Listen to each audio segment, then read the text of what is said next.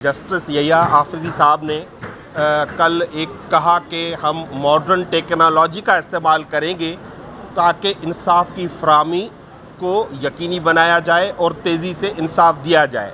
मगर सवाल ये है कि जो लोग ग़ुलाम हैं उनकी ग़ुलामी ख़त्म करने के लिए क्या टेक्नोलॉजी एडॉप्ट की जाएगी। जब तक ये हुकूमत लोगों को ग़ुलाम बना के रखेगी, ये हुकूमत इदारों को अपने मातहत बना के रखेगी, तो इंसाफ की उम्मीद ख़त्म होती हुई नज़र आती है। ये जो मखसूस नशस्तों का केस है, इस केस में ये नज़रसानी है और उसमें एट द फेस कोई एरर होता है तो उसको देखा जाता है। लेकिन क्योंकि जजेस खिलाफ एक कानून जो रूल्स है सुप्रीम कोर्ट के, उनके खिलाफ वर्जी करते हुए नए जजेस इस बेंच में लाए गए हैं, तो हमारे काउंसिल को आज पूरी हेयरिंग इस पे सर्व करनी पड़ी कि उस जजमेंट को दोबारा रिप्रोड्यूस किया जाए और एक्सप्लेन किया जाए कि ये जजमेंट थी क्या और मुसीबत की जड़ कहाँ थी। इस मसले का जड़ इलेक्शन कमीशन थी, जिसने पाकिस्तान तहरीक इंसाफ को पार्टी तस्लीम नहीं किया और पाकिस्तान तहरीक इंसाफ के जो कैंडिडेट थे उनको उन्होंने इंडिपेंडेंट डिक्लेयर कर दिया। सवाल बजाय इलेक्शन कमीशन से पूछने से हैरत होती है कि सवाल पीटीआई से पूछा जाता है कि आप कोर्ट क्यों नहीं आए। भाई ये इलेक्शन कमीशन एक आप कहते हैं आईनी इदारा है और आईनी इदारे को सब इख्तियारात हासिल है, तो सवाल उनसे पूछे कि पाकिस्तान की 25 करोड़ आवाम को उन्होंने उसके हक से कैसे महरूम किया।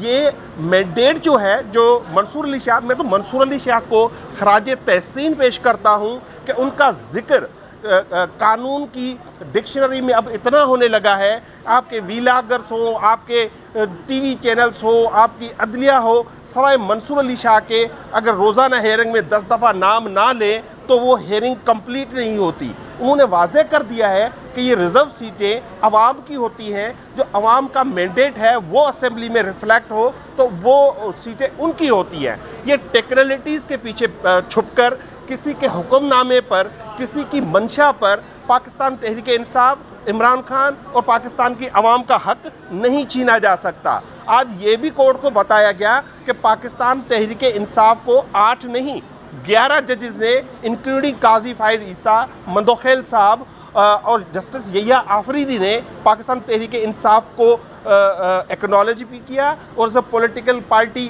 डिक्लेयर भी किया और ये भी कहा कि रिजर्व सीट्स पाकिस्तान तहरीक इंसाफ का हक है। अगर 11 जजेस ये डिक्लेयर कर चुके हैं तो उस फैसले को 11 जजेस बैठ के जो जूनियर हैं उनके, वो उनको ओवरटर्न नहीं कर सकते।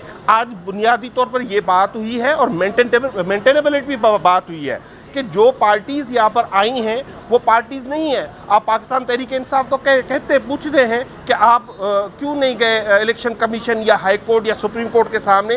यही सवाल तो नवाज़ लीग और पीपल्स पार्टी के कैंडिडेट से भी बनता है, जिनके मखदूम अली खान साहब जो लॉयर हैं, तो ये सवाल तो उनसे भी बनता है। लिहाजा ये पिटीशन मेंटेनेबल नहीं है। आईनी बेंच से इस्तदा है कि बराए मेहरबानी इस पिटीशन को डिसमिस किया जाए।